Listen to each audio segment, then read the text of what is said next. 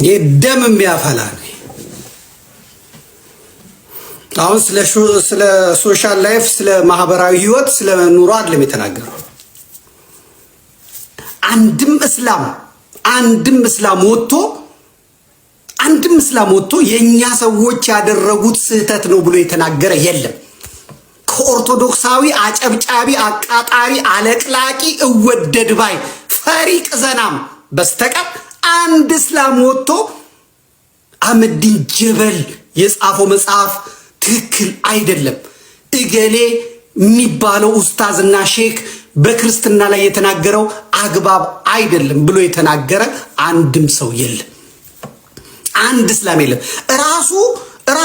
ራሱ እሸቱን የጠየቀው ጓደኛዬ ነው ያለው እስላም ወጥቶ የኛም ሼኮች የተናገሩት ትክክል አይደለም በክርስትና ላይ እኔና እሸቱ እንዲነበርን እኔና እሸቱ አንድ አልጋ ላይ ነበር ምንተኛው እኔና እሸቱ አላለም። ይሄን ሆዱን የሚመራው ሰብስክራይበርስ ሸቃይ ያው እውቅና ቢያገኝ በኦርቶዶክስ ሃይማኖት ገንዘብ ቢያገኝ በኦርቶዶክስ ኮሚሽን ቢያገኝ በኦርቶዶክስ ለገዳም ቢያሰባስብ ለአሜሪካ ቢያሰባስብ ለእንግሊዝ ቢያሰባስብ ከርሱን ሆዱን ሞልታ የያዘች ኦርቶዶክሳዊት ቤተክርስቲያን ናት። አናቅም እንዴ የአሜሪካው ገዳም ሲሰበሰብ 1 ሚሊዮን ብር ከሌ ሰጠች የተባለው የተሰጠ ብር ነው እንዴ? በምን እንደመጣ አናውቅም፣ እንዴት እንደተመለሰ አናውቅም። ጥቁሯን ባየ አስጀምሮ ሌላውን ማኑ አስነክተው ገንዘብ እንዴት እንደሚወጣ አናውቅም።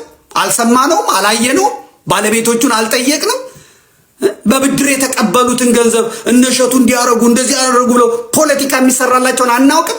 ያለውን ኮተት አናውቅም። ሰው በቤተ ክርስቲያን በልጽጎ ሰው በዚች ቤተ ክርስቲያን በዚህ ሃይማኖት በልጽጎ እስላም ነው እንዴ ተከታዩ? ሰብስክራይብ አድርጎ የሚከተለው እስላም ነው እንዴ? ወሃቢ ነው እንዴ? አይደለም። ይሄው ገታታ ኦርቶዶክሳዊ ነው። ይሄው ነው የሚያሳድገው። እሸቱን ያሳወቀችው ቤተ ክርስቲያኒቷ ናት እንጂ እሸቱ ቤተ ክርስቲያኒቷን አሳውቋል እንዴ? እሸቱ በቤተ ክርስቲያኒቷ ስም ለምኖ ልጆቹን ያሳድጋል። በቤተ ክርስቲያኑ ስም ታውቆ በዛ ክሬዲት በሌላ ስራዎቹ ተወዶ